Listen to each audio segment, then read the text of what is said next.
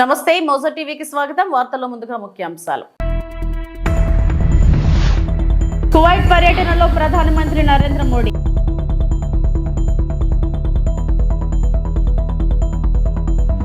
ఘనంగా వైఎస్ఆర్సీపీ అధినేత జగన్మోహన్ రెడ్డి పుట్టినరోజు వేడుకల్లో పాల్గొన్న కార్యకర్తలు మరియు పార్టీ శ్రేణులు, అభిమానులు. మిషన్ భగీరథలో 1000 కోట్లు తినేశారు మంత్రి కోమటిరెడ్డి.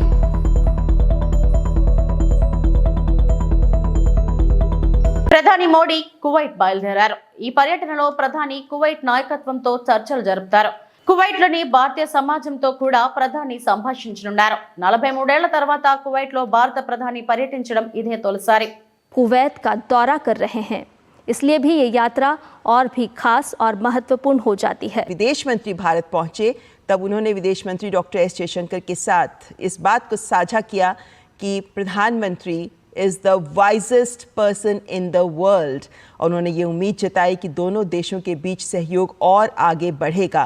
हालांकि 10 बिलियन USD तक का निवेश कुवैत की तरफ से भारत में किया जाता है, लेकिन अब व्यापार को और आगे बढ़ाया जाए. अब प्रवासी भारतीयों की बड़ी तादाद को देखते हुए पीपल टू पीपल कॉन्टैक्ट के साथ साथ शिक्षा की बात करें, स्वास्थ्य की बात करें, ये तमाम ऐसे क्षेत्र हैं, या IT की बात करें, डिजिटल इंफ्रा की बात करें, तमाम ऐसे क्षेत्र हैं जहां भारत और कुवैत के बीच सहयोग की बहुत संभावनाएं हैं. और अभी तक जिस स्तर का व्यापार हमारा रहा है उससे आगे बढ़कर व्यापार को क्या नई दिशा दी जा सकती है. लेकिन साथ ही ये भी उम्मीद जताई जा रही है कि डिफेंस में भी ट्रेड को लेकर यहाँ पर प्रधानमंत्री के इस दौरे में बात आगे बढ़ सकती है और कुछ महत्वपूर्ण MOUs पर समझौते हो सकते हैं, क्योंकि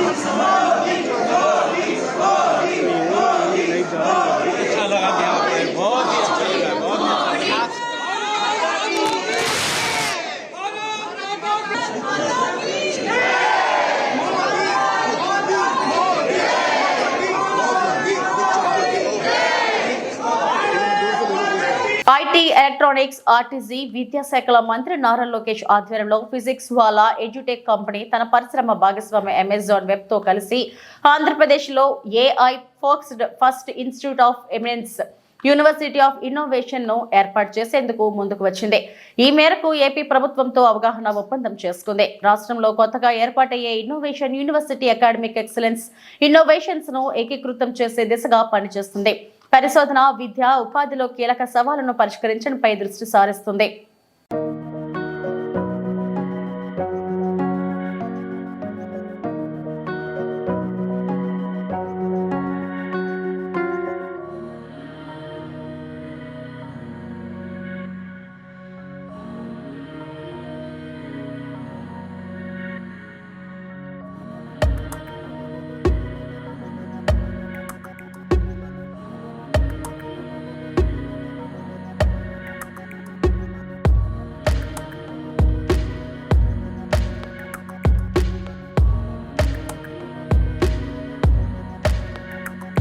ఆంధ్రప్రదేశ్లో ఇన్నేళ్ల పాలనా కాలంలో పిల్లల భవిష్యత్తుకు బాటలు వేసింది వైఎస్ జగన్ మోహన్ రెడ్డి అని వైఎస్ఆర్సీపీ స్టేట్ కోఆర్డినేటర్ సజ్జల రామకృష్ణారెడ్డి అన్నారు. ఇవాళ డిసెంబర్ 21 పార్టీ అధినేత వైఎస్ జగన్ పుట్టినరోజు సందర్భంగా కేంద్ర కార్యాలయంలో ఘనంగా కార్యక్రమాలు నిర్వహించారు. కేక్ కట్ చేసి అనంతరం సజ్జల పార్టీ శ్రేణుల్ని ఉద్దేశించి మాట్లాడారు. ప్రపంచవ్యాప్తంగా ఉన్న తెలుగు వాళ్లు జగన్ పుట్టినరోజు వేడుకలు జరుపుకుంటున్నారు. జగన్ రీల్ విజనరీ, నేతల్లోనే జగన్ అరుదు. పిల్లల భవిష్యత్తుకు బాటలు వేశారు. ప్రతి ఒక్కరూ ఆత్మగౌరవంతో జీవించేలా చేశారు. జగన్ పుట్టినరోజు మనందరికీ పండుగ రోజు అని అన్నారు. అనంతరం అక్కడ రక్తదాన శిబిరం, సేవా కార్యక్రమాలు నిర్వహించారు. సజ్జలతో పాటు పార్టీ తరపున లేళ్ల అభిరెడ్డి, రుహుళ్ల కల్పతారెడ్డి తదితరులు పాల్గొన్నారు. అనుకుంటున్నాడో అది చేసి చూపించగలిగిన దేశాలిగా, ఒక మంచి పరిపాలకుడుగా, జనరంజకుడుగా కూడా దేశమంతటా కూడా పేరు తెచ్చుకున్నారు. దానికి తార్కాణం మనం 5 ఏళ్ల పాలన, 19 నుంచి 24 మధ్య. దానికి ముందు అధికారంలోకి రావడానికి ముందు ఏదో లాటరీలో తగిలినట్టు కాదు ఆయనకి ఇచ్చింది. ఆయన మాట కట్టుబడే నాయకుడుగా జనం మెచ్చారు కాబట్టి ఆయన ఇచ్చే హామీ నిలబెట్టుకుంటారు, నిలబెట్టుకోలేని హామీని ఇవ్వరు అని తెలిసిన జనం హక్కున చేర్చుకొని 2019లో అఖండమైన మెజారిటీతో ఆశీస్సులు అందించారు మన వైఎస్ఆర్సీపీకి, జగన్మోహన్ రెడ్డి గారికి. ఆ విధంగా ఏర్పాటైన ప్రభుత్వం ఏర్పాటైన రోజు నుంచే పొల్లు పోకుండా 100కు 100% హామీలు, ఇంకా ప్రోగ్రెస్ కార్డులో వేసుకోవాలంటే 99.5%, అవి కూడా ఖచ్చితంగా 0.5%తో సహా చెప్పగలిగేట్టు బహుశా దేశ చరిత్రలోనే ఏ రాజకీయ నాయకుడు ఇంతవరకు ఏ రాజకీయ పార్టీ కూడా పట్టుదలగా ఎన్నికల హామీలను ఫుల్ఫిల్ చేశారు. ఇంకా చెప్పనివి ఎన్నో చేశారు. ఇంతగా మనం అవి ఒట్టి హామీలు కాదు, ఏదో ఉచిత బస్సు ప్రయాణాలు, 2 గ్యాస్ సిలిండర్లు, ఇంకొకటి ఇస్తున్నట్టు ఫ్రీబీస్ అంటాం, తాయిలాల్లాగా వేసేసి ఓట్ల కోసం వేసేవి కాదు. పేదల జీవితాల్లో మేలి మార్పులు తీసుకొచ్చి వాళ్ళ కాళ్ళ మీద వాళ్ళు నిలబడేటట్టు, ఆ కుటుంబాలు తమ కాళ్ళ మీద తాము నిలబడి ఒక ఆత్మగౌరవంతో తమ పిల్లల భవిష్యత్తుకు బాటలు వేసే రకంగా తమ కుటుంబాలను తాము తీర్చిదిద్దుకునేలాగా వాళ్లకు బాసటగా నిలబడి చేయూతనిచ్చి నడిపిన ప్రభుత్వం మనది. నేను వాటి మొత్తం లోపలికి పోదలుచుకోలేదు, ఎందుకంటే 5 నెలల క్రితం వరకు మనమే ఉన్నాం. ఈ 6 నెలల్లోనే తేడా కనిపిస్తోంది. అంతకుముందు అనేవాళ్ళం జగన్మోహన్ రెడ్డి గారికి ముందు, జగన్మోహన్ రెడ్డి గారు వచ్చిన తర్వాత అని. ఇప్పుడు 5 ఏళ్ల జగన్మోహన్ రెడ్డి గారి పాలన, ఇప్పుడు ఈ 6 నెలల పాలన చూస్తేనే తేడా కనిపిస్తుంది. నేను దాని జోలు కూడా పోదలుచుకోలేదు, ఎందుకంటే అది రాజకీయం అవుతుంది. కానీ నిజమైన విజనరీ ఎవరు? మొత్తం పేద ప్రజలు కులాలకు అతీతంగా కూడా వాళ్ళ జీవితాల్లో మార్పు తీసుకొచ్చి అది శాశ్వతంగా నిలబడేటట్టు తీసుకురావడం, వాళ్ళ తలరాతలు వాళ్ళు రాసుకునే రకంగా వాళ్లకు అండగా నిలబడడం, దానికి మార్గం వేయడం, ఆ బాటలు పక్కా రాచమార్గాలు వేయడం, పైపైన పూతలు పోయడం కాకుండా. విజనరీ అంటే, విజన్ అంటే ఏదో 30 ఏళ్ళలో 50 ఏళ్ళకి అప్పుడు ఉంటామో చస్తామో తెలియని ఆ టైం పెట్టుకొని ఇచ్చేస్తే సరిపోతుంది కదా అని చెప్పేది కాదు. విజనరీ అంటే 5 ఏళ్లలోనే దేనికి పునాదులు వేశారో తెలిసి ఫలితాలు కూడా కనపడేటట్టు చేయగలం. ఏ 5 ఏళ్లకైతే ప్రజలు మ్యాండేట్ ఇచ్చారో ఆ రియల్ విజనరీ జగన్మోహన్ రెడ్డి గారని పరిపాలకుడుగా కూడా రుజువు చేసుకున్నారు. విశ్వసనీయతకు విలువలకు కట్టుబడిన నాయకుడుగానే కాదు, ప్రజల కోసం మాత్రమే నిలబడాలి, అధికారంలో ఉన్నా లేకపోయినా ప్రజలకు సంబంధించి మాత్రమే రాజకీయం చేయాలనుకునే నాయకుడిగా మాత్రమే కాదు, ఒక పరిపాలకుడు, మంచి పరిపాలకుడుగానే కాదు, ఒక విజనరీగా కూడా, రియల్ విజనరీగా కూడా జగన్మోహన్ రెడ్డి గారు తన 5 ఏళ్ల పాలనతోనే చేసి చూపించారు.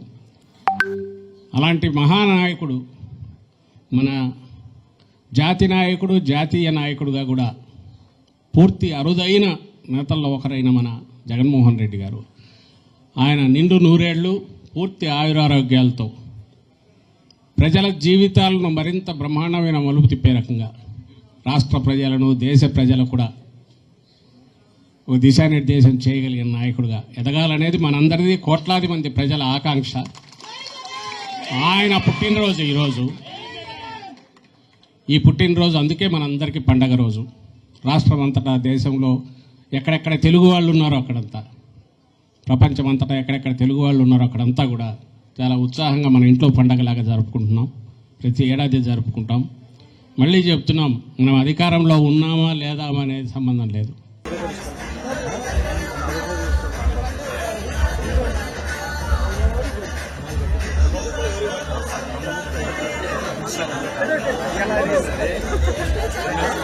శాసనసభలో రైతు భరోసాపై స్వల్పకాలిక చర్చ సందర్భంగా మంత్రి Komatireddy Venkatreddy, BRS working president MLA KTR మధ్య మాటల యుద్ధం చోటు చేసుకుంది. 24 గంటల విద్యుత్పై ఇద్దరి మధ్య తీవ్ర చర్చ జరిగింది. సభ వాయిదా వేసి అందరం నల్గొండ పోదాం.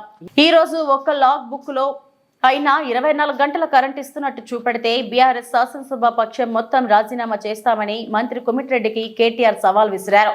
గతంలో 24 గంటల విద్యుత్ ఇవ్వలేదని మంత్రి కోమటిరెడ్డి సభను తప్పుదోవ పట్టించడం సరికాదు. బీఆర్ఎస్ పాలనలో సగటున 19.2 గంటల విద్యుత్ ఇచ్చినట్లు డిప్యూటీ సీఎం బట్టి విక్రమార్కనే చెప్పారు. ఈ విషయాన్ని ఆయనను అడగాలని కాంగ్రెస్ సభ్యులను సూచిస్తున్నారు. సభ వాయిదా వేసి నల్గొండ జిల్లాకు వెళ్లి విద్యుత్ పరిస్థితులు పరిశీలిద్దాం. మంత్రి కోమటిరెడ్డి కోరినట్లు ఎలక్ట్రిసిటీ మిషన్ భగీరథపై చర్చ పెట్టండి. చర్చించడానికి సిద్ధంగా ఉన్నాం. నల్గొండ జిల్లా అభివృద్ధిపై కూడా చర్చించేందుకు సిద్ధంగా ఉన్నాం. మరో 10 రోజులు సమావేశాలు పొడిగించాలని కోరుతున్నాను. గతంలో జరిగిన తప్పులు ఎత్తి చూపితే మీకు ఇబ్బందిగా ఉంది. గతంలో చేపట్టిన ప్రాజెక్టులకు మాత్రం డబ్బా కొట్టడం సబబా అని కేటీఆర్ ప్రశ్నించారు. అధ్యక్ష 20-30 ఎకరాలు ఉన్న రైతులు కూడా పాలమూరు లాంటి జిల్లాలో 20-30-40 ఎకరాల రైతులు కూడా హైదరాబాద్కి వచ్చి కూలీ చేసుకునే పరిస్థితి అధ్యక్ష. ఇది వాస్తవం. ఎందుకంటే నీళ్లు లేవు, కరెంటు లేదు. అట్లాంటి పరిస్థితుల్లో రైతులు కూలీలుగా మారి అడ్డా మీది కూలీలుగా ఇక్కడ హైదరాబాద్లో పనిచేసిన దుస్థితి. అందుకే మేము 20 ఎకరాలు 10 ఎకరాలు 12 ఎకరాలను కోతలు పెట్టలేదు అధ్యక్ష. తెలంగాణ ప్రాంతంలో నీళ్లు లేక ఎన్ని ఎకరాలున్నా రైతు కూలీగా మారిపోయిన దయనీయమైన పరిస్థితి ఉండే కాబట్టే మేము ఆలోచన చేసినాం అధ్యక్ష. మేము ఆనాడు మొట్టమొదటి ప్రాధాన్యతగా తెలంగాణ రాష్ట్రం ఏర్పడిన తర్వాత వ్యవసాయ రంగాన్ని తీసుకున్నాం. వ్యవసాయ రంగం, సాగునీటి రంగం. ఎందుకంటే నేను వెంకటరెడ్డి గారిని అడుగుతున్నా, ఈడికెళ్ళి మీ సభ వాయిదా వేయండి అధ్యక్ష, బస్సులు అందరం పోదాం, నల్గొండ జిల్లాకే పోదాం. ఈ రోజు ఏ ఒక్క లాగ్ బుక్ లోనన్నా 24 గంటల కరెంటు వస్తున్నట్టు చూపెడితే మేము మొత్తం శాసనసభాపక్షం రాజీనామా చేస్తామని చెప్పి నేను ఆయన అడుగుతా ఉన్నా అధ్యక్ష. మిషన్ భగీరథకు అయిన ఖర్చే 28,000 కోట్లయితే 50,000 కోట్లు తిన్నారని మంత్రి కోమటిరెడ్డి ఎలా మాట్లాడతారని హరీష్ రావు ప్రశ్నించారు. రైతు భరోసాపై అసెంబ్లీలో స్వల్పకాలిక చర్చ సందర్భంగా ఆయన మాట్లాడారు. మిషన్ భగీరథపై కోమటిరెడ్డి చేసిన వ్యాఖ్యలు రికార్డుల నుంచి తొలగించాలని కోరారు. మంత్రి కోమటిరెడ్డి మాట్లాడుతూ బారాస సభ్యులు సభను తప్పుదోవ పట్టిస్తున్నారని విమర్శించారు. మిషన్ భగీరథలో 50,000 కోట్లు తినేశారన్నారు. అసలు మిషన్ భగీరథకు అయిన ఖర్చే 28,000 కోట్లు అయితే 50,000 కోట్లు తినేశారని మాట్లాడడం సబబు కాదు. అది సభ రికార్డుల నుంచి తొలగించాలి. రెండవది, వారు మాట ఏమన్నారు, మా నల్గొండ జిల్లాకు అన్యాయం అయిందన్నారు. నేను నీటిపారుదల శాఖ మంత్రిగా పనిచేసిన. సభ అయిపోయినాక నేను ఆయన ఇద్దరం కలిసి సీదా పోదాం, ఎక్కడికి పోదాం, తుంగతుర్తికి పోదాం, సూర్యాపేట పోదాం, కోదాడ పోదాం. నాటి కాంగ్రెస్ పాలనలో 1 ఎకరానికి నీళ్లు రాకపోతే కాళేశ్వరం నీళ్లతోని 2 లక్షల ఎకరాలకు గోదావరి నీళ్లు పారించినమా లేదా, పోయి సీదా కాలువల మీద నడుచుకుంటూ ఈ నీళ్లు ఎప్పుడు వచ్చినాయి, కేసీఆర్ వచ్చినాక వచ్చినాయా, అంతకుముందు వచ్చినాయా అడుగుదామంటే అడుగుదాం. మూడోది, నల్లగొండకి ఏం చేయలేదని మాట్లాడడం కూడా కరెక్ట్ కాదు. నల్లగొండలో 3 మెడికల్ కాలేజీలు పెట్టింది కేసీఆర్ గారు. నల్లగొండ పట్టణంలో గతంలో మీరు మంత్రిగా ఉన్నప్పుడు ఎట్లా ఉంది, కేసీఆర్ గారు నల్లగొండ పట్టణాన్ని గత 5 ఏళ్లలో ఎంత అభివృద్ధి చేశారో నల్లగొండ పట్టణ ప్రజలను అడిగితే కూడా చెప్తారు అధ్యక్ష. యాదాద్రి పవర్ ప్లాంట్ ఇచ్చిన అధ్యక్ష. ఇలా నల్లగొండను అన్ని రకాలుగా ఆ జిల్లాను సమగ్రంగా అభివృద్ధి చేసింది బీఆర్ఎస్ పార్టీ. దయచేసి ఇంకా చాలా చెప్పగలుగుతా కానీ చర్చ రైతు బంధు మీద జరగాలి కనుక మీ మీద గౌరవం కొద్దీ మీ సూచన మేరకు కూర్చుంటున్నాం. దయచేసి డిస్కషన్ రైతు బంధు మీద జరిగే విధంగా కేటీఆర్ గారికి అవకాశం ఇవ్వాలి. చర్చను డైవర్ట్ చేయొద్దని కోరుతున్నాం. గౌరవ సభ్యులు కేటీఆర్ గారు 24 గంటల కరెంటు విషయానికి వచ్చినప్పుడు మాత్రమే లేచిన. రైతు భరోసా మీద మాట్లాడినప్పుడు నేను లేవలే. రాజశేఖర గారు, నేను కేటీఆర్ గారు చెప్తున్నా, రైతు భరోసా మీద లేవలేదు సార్. ఇంకొకటి, వారు మళ్ళా సభను తప్పుదో పెట్టేసేగా హరీష్ రావు గారు నల్గొండ జిల్లాకు Congress party sir. Nagarjuna sir ఎవరు కట్టింది సార్? కేసీఆర్ కట్టిందా, వాళ్ళు ఆయన కట్టిందా? ఎవరు కట్టింది సార్? ఏఎంఆర్పీ ప్రాజెక్ట్ కెనాల్స్ ఎవరు దగ్గర సార్? సూర్యాపేట 2 లక్షలు అంటున్నాడు. మొత్తం అబద్ధం సార్. పోదాం, సూర్యాపేటకి పోదాం. ఎందుకు సార్? సార్ మీరు ఒకటే రైతు భరోసా కన్ఫైన్ కానీ ఒకరి సార్ రైతు భరోసాకు కన్ఫైన్ కానీ దాని మీద రైతు భరోసా ఏ విధంగా చేయాలో కేటీఆర్ గారు సలహా ఇవ్వమంటున్నారు. కరెంటు మీద 24 గంటలు అన్నప్పుడు మాత్రం నేను లేచాను. వారు కూడా మీరు సబ్జెక్ట్ డిబేట్ కావద్దని చెప్పండి. మేము అడగ మధ్యలో ఇది రైతులకు సంబంధించి అంటే ఓన్లీ రైతు భరోసా, రైతులకు వేరే సబ్జెక్ట్ మాట్లాడలేదు. ఇంపార్టెంట్ చర్చ ఇది డైవర్ట్ అయితే. అవును సార్, మీరు కరెంటు విషయం వస్తే మళ్ళీ వేరే చర్చ పెట్టండి. కరెంటు మీద వేరే చర్చ పెట్టండి. లాగ్ బుక్ లేదో బయట పెడతా నేను. ప్లీజ్ కూర్చోండి. తిరుపతి నియోజకవర్గం సర్వసభ్య సమావేశంలో పాల్గొన్న మాజీ మంత్రి ఆర్కే రోజా సంచలన వ్యాఖ్యలు చేశారు. ఇన్నాళ్లు జగన్మోహన్ రెడ్డిని చూస్తే భయపడ్డారు. ఈ రోజు జగన్మోహన్ రెడ్డి కటౌట్ చూసినా కూడా కూటమి నాయకులకు భయం పట్టుకుందని ఎద్దేవా చేశారు. ఓట్ల కోసం కాళ్ళు చేతులు పట్టుకున్నారు. ఇప్పుడు వదిలేశారన్న ఆమె ఈవీఎంలు మేనేజ్ చేయడం వల్లే ఈ ఎన్నికల్లో గెలిచారని విమర్శించారు. అధికారంలో ఉన్న కూటమి ప్రభుత్వంపై నెల రోజులకే వ్యతిరేకత మొదలైంది. జగనన్న నాయకత్వంలో జగనన్నకు తోడుగా అండగా ప్రజల పక్షాన పోరాటం చేద్దామని పిలుపునిచ్చారు రోజా. నాయకుడు మాజీ ముఖ్యమంత్రి అయిన జగన్మోహన్ రెడ్డి గారి పుట్టిన రోజు రాష్ట్రమంతా కూడా వైఎస్ఆర్ కాంగ్రెస్ పార్టీ అభిమానులు, కుటుంబ సభ్యులు, కార్యకర్తలు, నాయకులు అందరికీ పండుగ రోజు. సో ఇప్పుడే మేము నగిరిలో అంగరంగ వైభవంగా చేసుకొని తిరుపతిలో మా గురువు గారి సమక్షన జగనన్న పుట్టినరోజులు వేడుకల్లో పాల్గొనడానికి రావడం జరిగింది. నిజంగా చాలా హ్యాపీగా ఉంది. జగన్మోహన్ రెడ్డి గారి లాంటి నాయకుడు ఏ రాష్ట్రంలో ఎవరికీ దొరకడు. అనునిత్యం పేద ప్రజల గురించి ఆలోచిస్తాడు. కులం చూడడు, మతం చూడడు, పార్టీ చూడకుండా ప్రతి ఒక్కరికి మంచి చేసిన వ్యక్తి. కానీ మీ అందరికీ తెలుసు, గత ఎన్నికల్లో ఏ విధంగా కూటమి ప్రభుత్వం అబద్ధాలతో, తప్పుడు ప్రచారాలతో ఈవీఎంలని మేనేజ్ చేసుకుంటూ అధికారంలోకి వచ్చారో మనం చూసాం. అందుకే ఈరోజు వాళ్ళు అధికారంలో ఉన్న ప్రజలు వాళ్ళని ఎవరిని పట్టించుకోవట్లేదు. ఎందుకంటే వాళ్ళెవరూ కూడా ప్రజలకి సంక్షేమాన్ని కూడా అభివృద్ధిని అందించే కార్యక్రమం చేయకపోవటం మనం గమనించాం.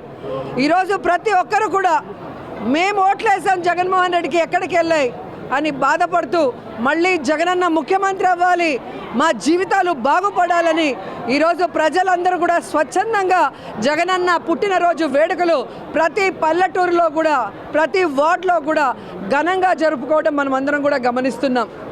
ఈరోజు కూటమి ప్రభుత్వం అధికారంలోకి రావడానికి ముందు బాబు షూరిటీ, భవిష్యత్తుకు గ్యారంటీ అన్నాడు. కానీ అధికారంలోకి వచ్చాక బాబు షూరిటీ, బాదుడు గ్యారంటీ అన్నట్టుగా అయిపోయింది. చెప్పిన సూపర్ సిక్స్లు ఏవి చేయలేదు. కొత్త సూపర్ సిక్స్లు తీసుకొచ్చారు. విద్యుత్ ఛార్జీలు పెంచారు, అలాగే రిజిస్ట్రేషన్ ఛార్జీలు పెంచారు, ఫ్రీ ఇసుక అంటూ 2 రెట్లు పెంచారు, నిత్యావసర వస్తువుల ధరలు పెంచారు. ఎక్కడ పడితే అక్కడ పుణ్యక్షేత్రాల్లో కూడా పబ్బులు పెట్టుకుంటూ, బెల్ట్ షాపులు తెరుచుకుంటూ ఈరోజు ఈ తిరుపతి పవిత్రతని గంగపాలు చేయాలన్న ప్రయత్నం చేస్తున్నారు. కానీ జగన్మోహన్ రెడ్డి గారికి అండగా మా చిత్తూరు జిల్లా అధ్యక్షుడి గారి ఆదేశాల మేరకు ఇక నుంచి ప్రజల పక్షాన నిలబడి ప్రజల సమస్యలకు పోరాటానికి మేమందరం కూడా అడుగులో అడుగు వేస్తూ మళ్ళీ జగనన్నని ముఖ్యమంత్రిని చేసేంతవరకు కూడా ఈ పోరాటాలు ఆపమని కూడా ఈ సందర్భంగా తెలియజేసుకుంటున్నాం. ఈరోజు ఎంత సిగ్గుచేటంటే రాష్ట్ర వ్యాప్తంగా జగన్మోహన్ రెడ్డి గారు ఫ్లెక్సీ పెట్టకూడదంట, కటౌట్ పెట్టకూడదంట, పోలీసుల్ని పెట్టి వాటిని చింపించడం, తప్పుడు కేసులు పెట్టించడం, బెదిరించడం చూస్తుంటే జగనన్నను చూస్తే భయం అనుకున్నాం. ఆయన కటౌట్ని చూస్తే కూడా కూటమి ప్రభుత్వానికి భయం అన్న విషయం ఈరోజు మాకు అర్థమైంది. ఈరోజు మాకు ఇన్ని సీట్లు ఉన్నాయి, అన్ని సీట్లు ఉన్నాయని చెప్పుకుంటున్న లోపల భయం, ధైర్యం లేకుండా ఇలా అఫీషియల్స్ని పెట్టుకొని దౌర్జన్యం చేయడం చూస్తుంటే కూటమి ప్రభుత్వం మీద జాలేస్తుంది. వాళ్ళకి సూటిగా మేము హెచ్చరిస్తున్నాం. ఇక మీదట ఇలాంటి చేతగాని పనులు, నీతిమాలిన పనులు చేస్తే వదిలిపెట్టేది లేదు. ఇంతకు ఇంత వడ్డీతో కూడా ఇచ్చేస్తామని కూడా ఈ సందర్భంగా తెలియజేసుకొని రాష్ట్రం అంతా కూడా ఈరోజు జగనన్న పుట్టినరోజు వేడుకలు సంతోషంగా జరుపుకుంటూ మళ్ళీ అన్న ముఖ్యమంత్రి అయ్యేంత వరకు మేము అన్నకి అండగా, జనంకి తోడుగా ఉంటామని వైఎస్ఆర్ శ్రేణులు ప్రతిజ్ఞ చేశారు. నిజంగా చాలా సంతోషంగా ఉంది. అన్నకి ఆ వెంకటేశ్వర స్వామి ఆయురారోగ్యాల్ని ప్రసాదించి ఈ దొంగలందరినీ కూడా ఎదుర్కొని నిలబడే విధంగా మళ్ళీ తొందరగా ఆయన అధికారంలో ముఖ్యమంత్రిగా వచ్చే విధంగా చేయమని వెంకటేశ్వర స్వామిని మనస్ఫూర్తిగా వేడుకుంటున్నాను. జై జగన్, జై జై జగన్.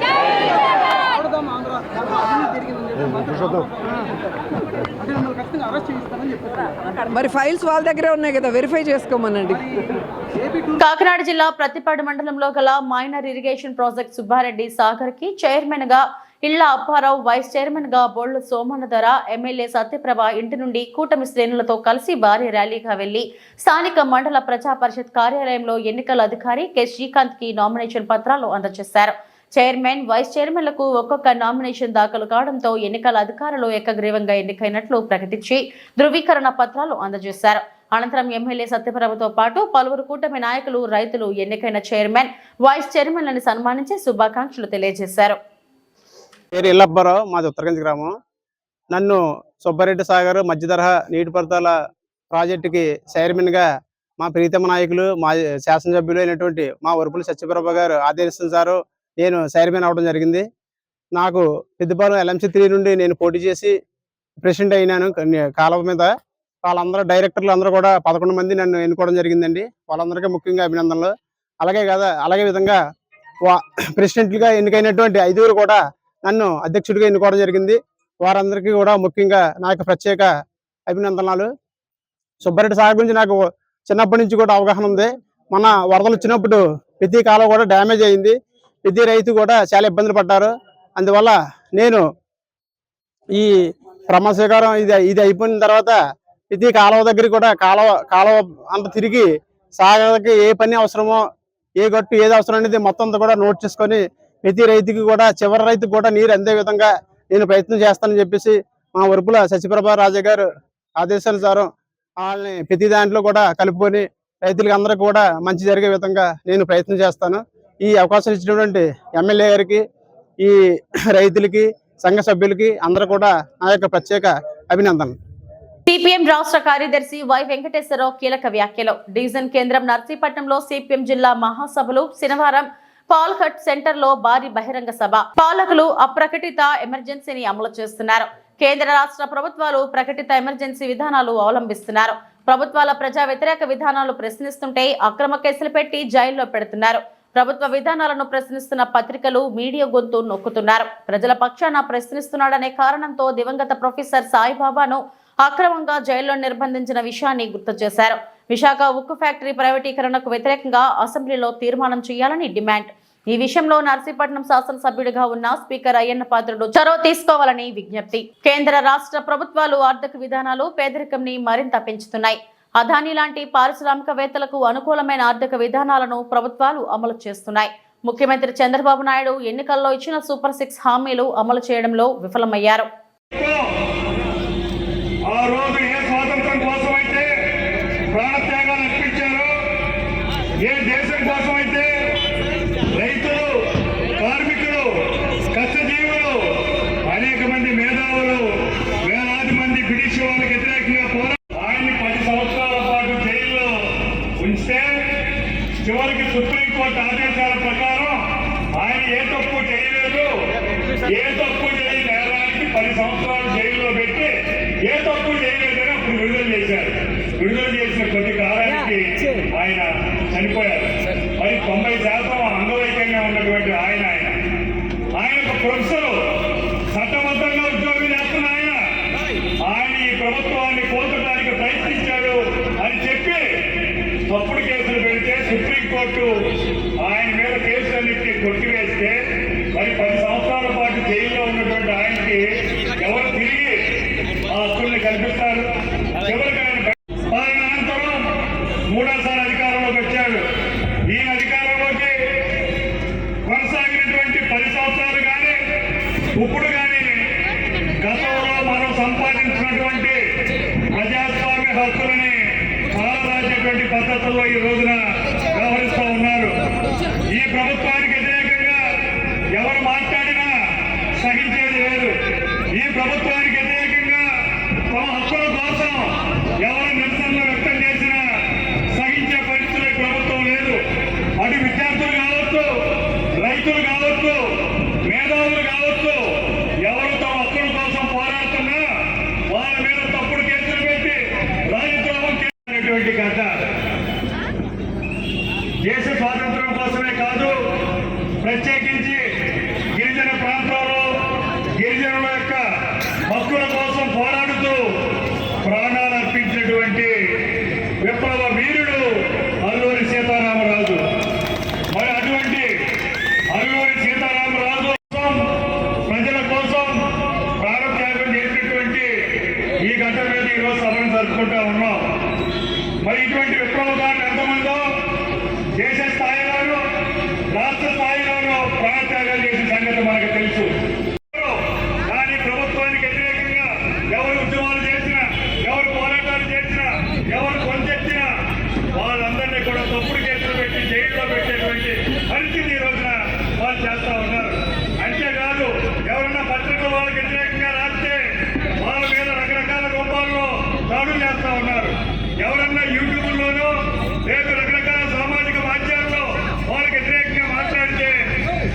అందరినీ కూడా ఈ రోజున జైలుకి పంపేటువంటి పరిస్థితి ఉంది. ఎందుకు చెప్తున్నానంటే మీ అందరికీ తెలుసు, మహిళలు ఎంతమంది హాజరయ్యారు. మీ అందరికీ తెలుసు, గుజరాత్లో మిల్కీ బానో అనే ఒక గర్భవతి మీద వాళ్ళు అత్యాచారం చేస్తే వాళ్ళందరినీ జైల్లో పెట్టారు. వాళ్ళ జైల్లో పెడితే వాళ్ళేదో స్వాతంత్ర వీరుల్లాగా రాష్ట్ర ప్రభుత్వం వాళ్ళకి విడుదల చేయొచ్చు అని వాళ్ళని విడుదల చేస్తే ఆ విడుదల చేసిన వాళ్ళకి స్వాగతం చెప్పింది ఎవరో తెలుసు కదా మనకి. ఎవరు స్వాగతం చెప్పారు? వాళ్ళు వేరే విప్లవ వీరులాగా దేశ స్వాతంత్రం కోసం పోరాడినటువంటి పద్ధతుల్లో ఒక గర్భవతి మీద దారుణంగా మానభంగం చేసి జైలుకి వెళితే ఆ జైలు నుంచి బయటకు వచ్చిన వాళ్ళకి స్వాగతం పలికింది ఎవరయ్యా అంటే బీజేపీ నాయకులు, బీజేపీ అగ్రనాయకులు అంతా చెప్పారంటే ఇంతకంటే సిగ్గుచేటైన విషయం ఇంకోటి ఉండాలి మనం చర్చిస్తాము. అంటే ఈరోజు బీజేపీ వాళ్ళకి ఇవి ఇప్పటి వరకు నా బులెటిన్ అప్డేట్స్. మరిన్ని వార్తా విశేషాల కోసం చూస్తూనే ఉండండి. నమస్తే.